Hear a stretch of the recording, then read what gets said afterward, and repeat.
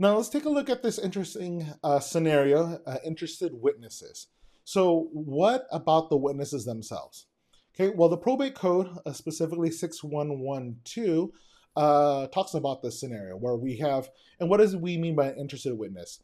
An interested witness is simply a witness to the will who's also a beneficiary under the will. Okay, so an interested witness, now that doesn't have to be a family member, although oftentimes it is. An interested witness is simply a person who is going to take under the will, and we call a person who takes under the will a beneficiary.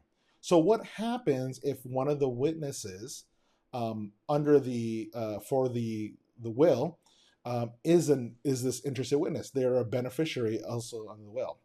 Well, in the book, it talks about how different jurisdictions do it differently. And so in California, the will is still valid. Some states say the will is not valid.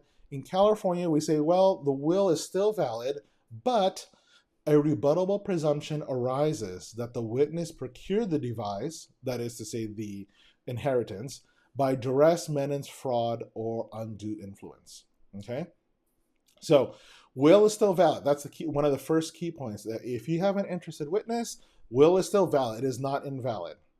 But because of that, there is a rebuttal presumption that arises that the witness procured the device by duress, menace, fraud, or undue influence, and therefore he or she must prove that that was not the case. Okay?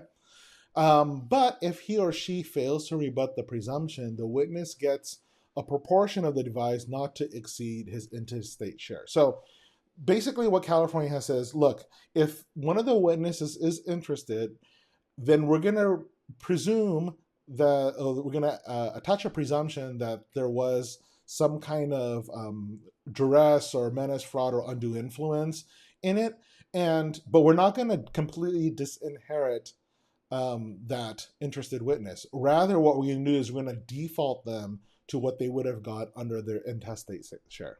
Okay, so that's the key there. So you may hear conflicting information. I wanted to make sure that you understood what California law is, because I know it can get confusing as you're looking at the material, that you're going to be looking at a variety of other laws as well. So California will is still valid. What happens is a rebuttal presumption arises, and it is up to the witness to rebut that presumption.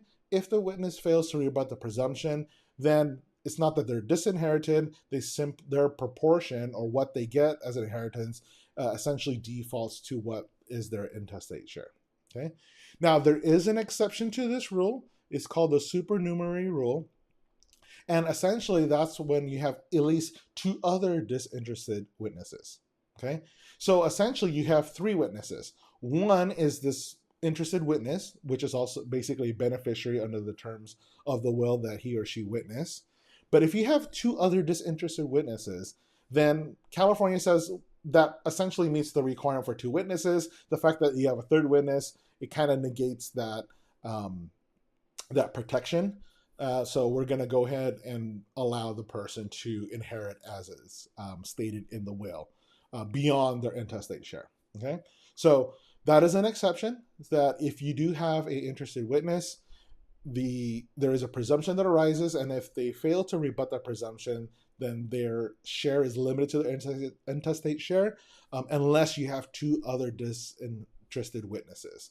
And disinterested means not beneficiaries under the will. Okay, so interested means a beneficiary under the will, and disinterested means not a beneficiary on the will. If you have at least two of those signing, so essentially you have three people signing, then the presumption doesn't arise. Okay, so this is one of those exceptions.